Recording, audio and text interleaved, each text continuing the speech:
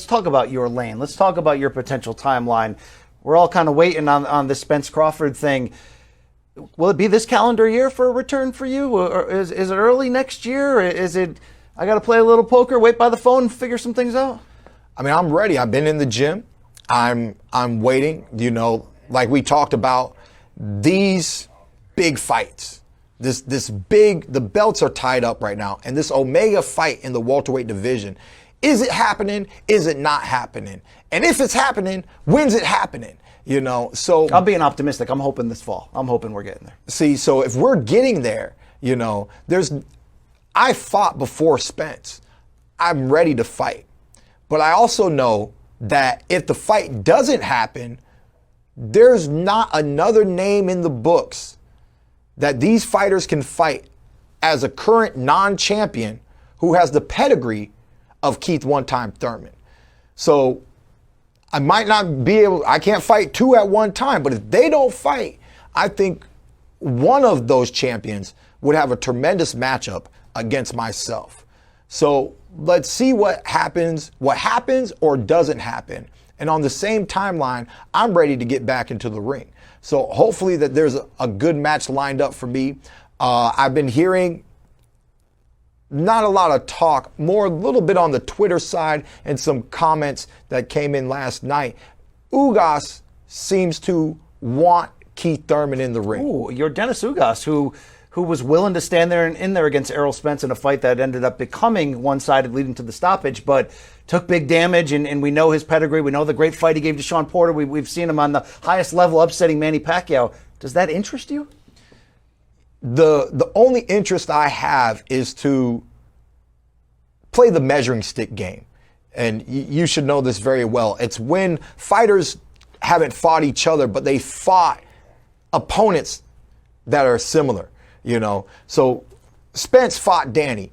Keith beat Danny first. Spence got to fight Shawn Porter. You know, I beat Shawn Porter before him too, you know, but he beat Ugas. He beat Kell Brook. There are some people I haven't gotten to face. So if I face Ugas, now we get to see Keith Thurman today, the current Keith Thurman, not yesterday, right now, and we get to compare those performances and see what manifests afterwards. Other players in this welterweight division that are making some noise. We saw Eimantas Staniotis from Lithuania win a secondary world title, getting by Butayev on the pay-per-view undercard there. We've seen Jaron Boots Ennis, an unbeaten fighter who seems to be close to knocking on that door of the title level. Any of these names grab your attention when you see them on the screen?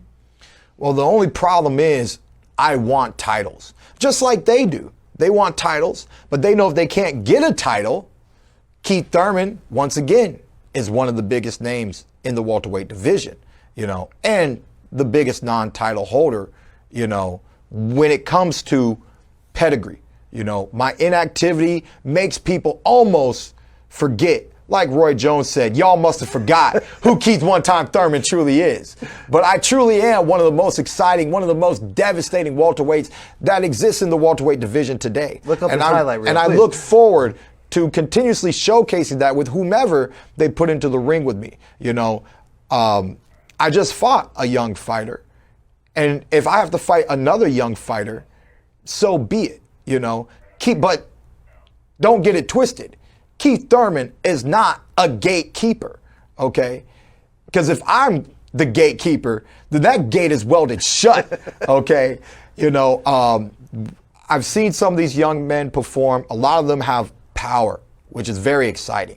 You know, Virgil Ortiz and Boots Ennis both have explosive power. And Boots Ennis seems to have that next level dynamism to him, the switching stances, the explosiveness, the unpredictability. Crawford, yeah. He's like, I tell people he's like a Crawford Thurman because he's a true welterweight, where Crawford is not a true welterweight, right?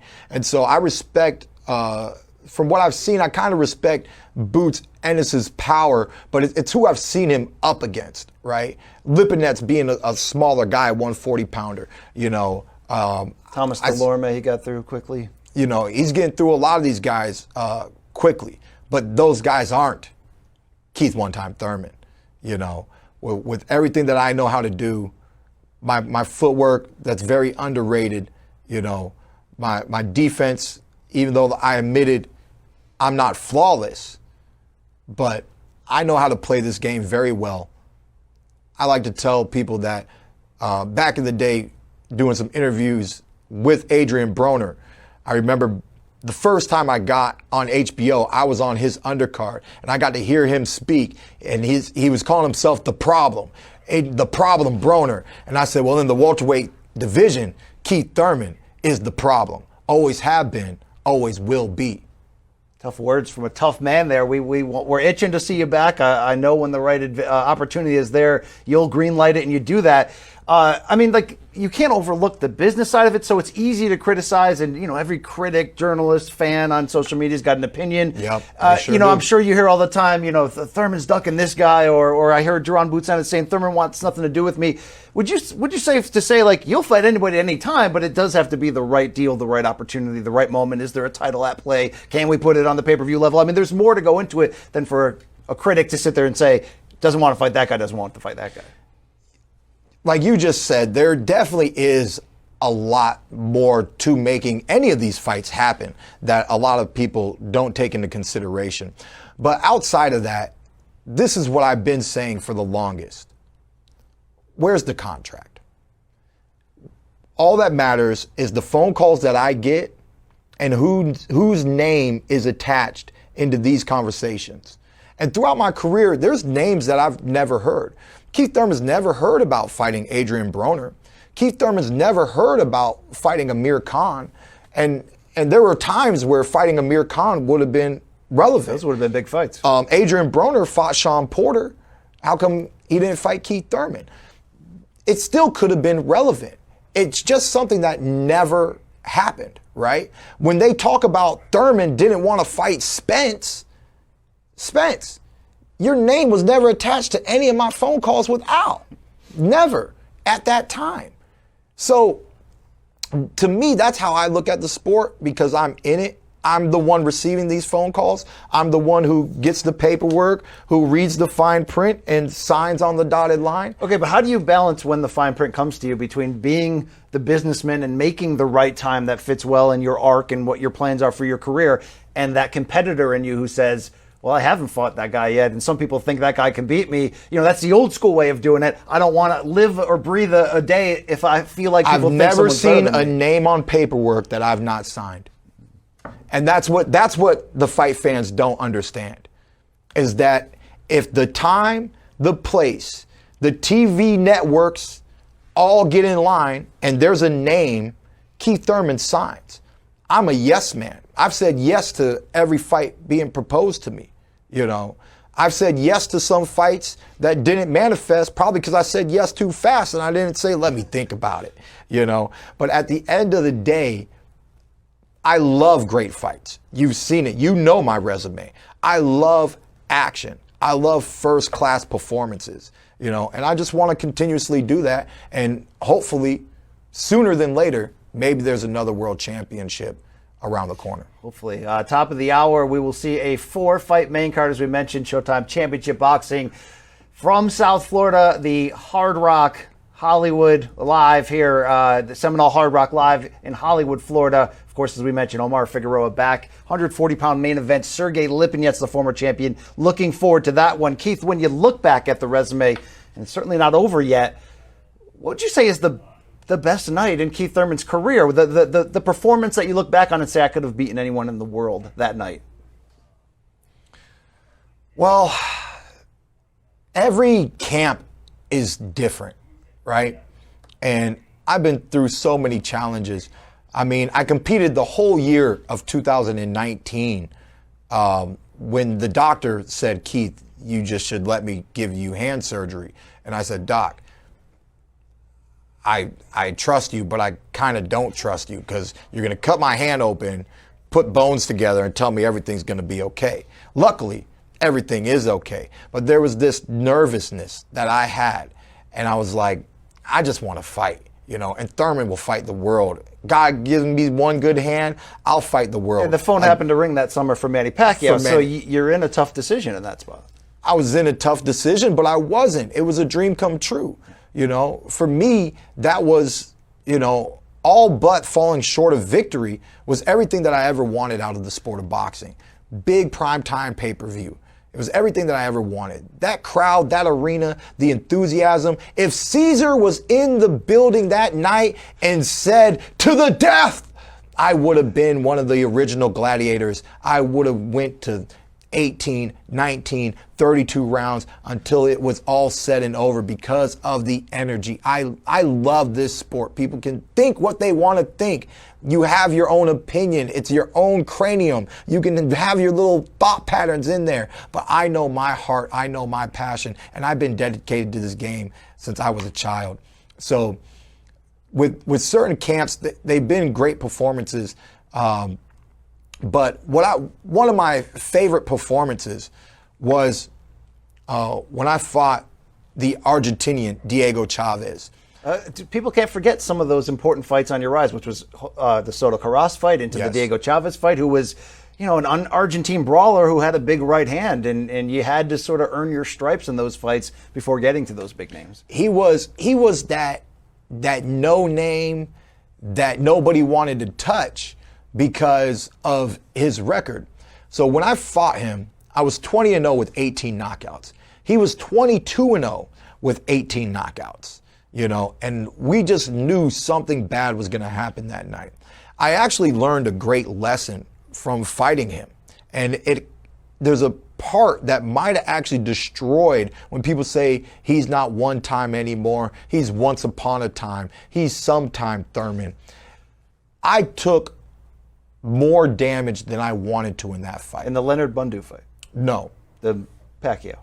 Against the Argentinian Diego Chavez. Oh, sorry, against Diego Chavez. Against Diego Chavez, right? Watch the first 4 rounds where, because he was the interim champion, you have to, I see that some of the judges were edging him out in those first 4 rounds. But in the 5th round, I went from plan A, which was to fight him like a bull head on, to plan B, which was, welcome to America. I'm going to teach you boxing. I'm a 7-time national champion, and I know more than just punching, But there were 2 reasons why I went to plan B. And it wasn't because I didn't really think plan A was working. It was because with plan A, he busted my nose.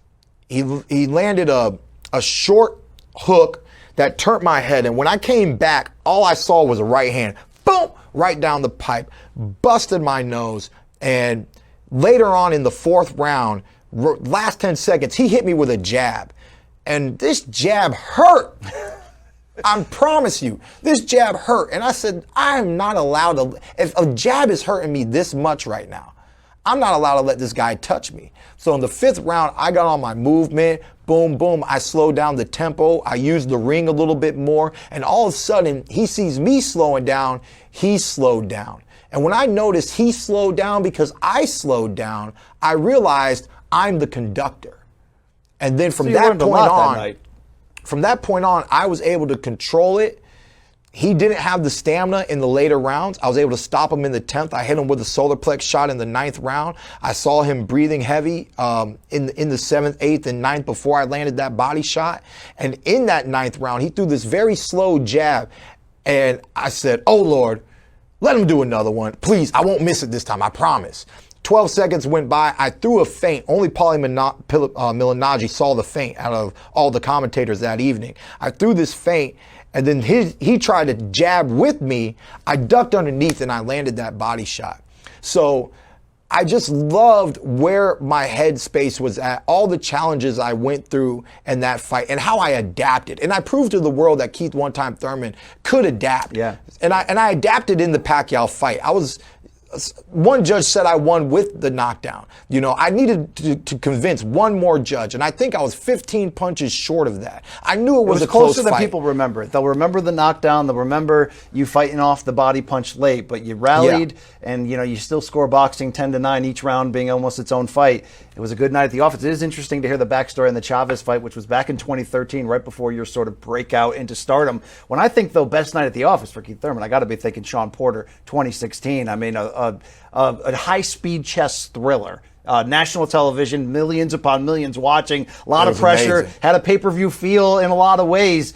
That performance, I mean, you had to show your gas tank, you had to show your toughness. You also landed some bombs against Sean, and it was a special night.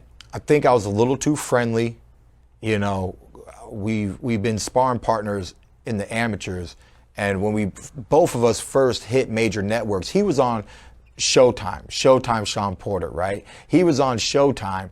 I was on HBO. So when I had my HBO debut, I was supposed to fight Marcos Maidana, and he pulled out 3 weeks before the fight happened with the replacement of Orlando Lara.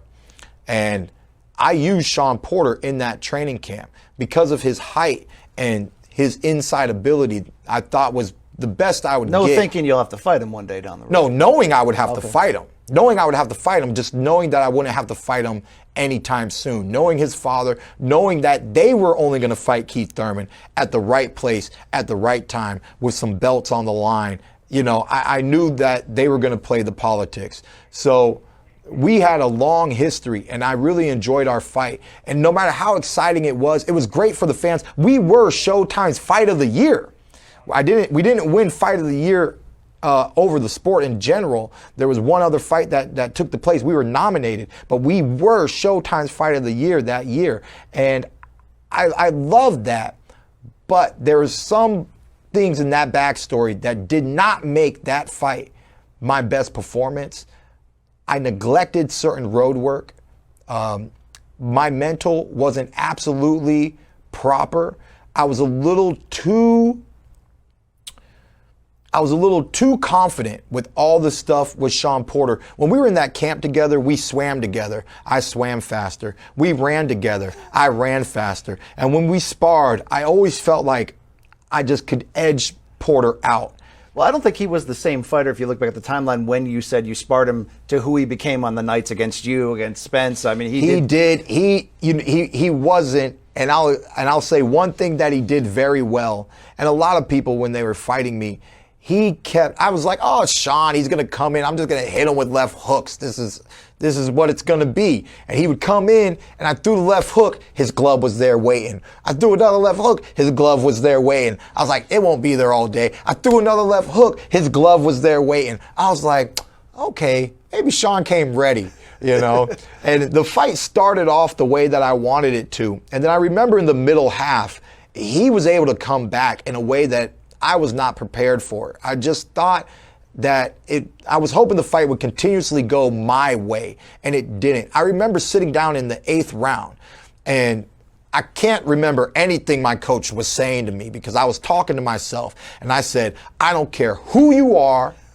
I don't care how you score this fight. There's always a third-person monologue going on in Keith Thurman's head talking about Keith Thurman. I talk to myself. I talk about myself. You know, I always wanted to know what Keith Thurman versus Keith Thurman would be like, but that's another story. Dan for another Birmingham time. in your face screaming instructions. You're like, hold on. Keith Thurman's having a conversation right now. I said to myself, this is a draw. You've won 4 rounds. He's won 4 rounds. And post-fight, you look at the scorecards, 3 different judges got there in 3 different ways. By the end of the 8th round, the fight was a draw. So my intuition was absolutely correct. And the last sentence I said was, this is not a 12-round fight anymore. This is a 4-round fight. And worst case scenario, Sean Porter cannot beat you. You'll end up with a draw. And then we were in Brooklyn. We were in the Barclays Center. And I said, ain't nobody come to see a draw. Let's pull this thing out. Let's dig deep. And I dig deep, and I got the W that night. And I know I surprised them because they thought that they trained to pull out the later half of the fight, but it was me who pulled off that later half. And I was satisfied with my performance all in all. Maybe the biggest night in Keith Thurman's career up to this point. We'll see if you can beat that and continue to take on these big names and get big victories.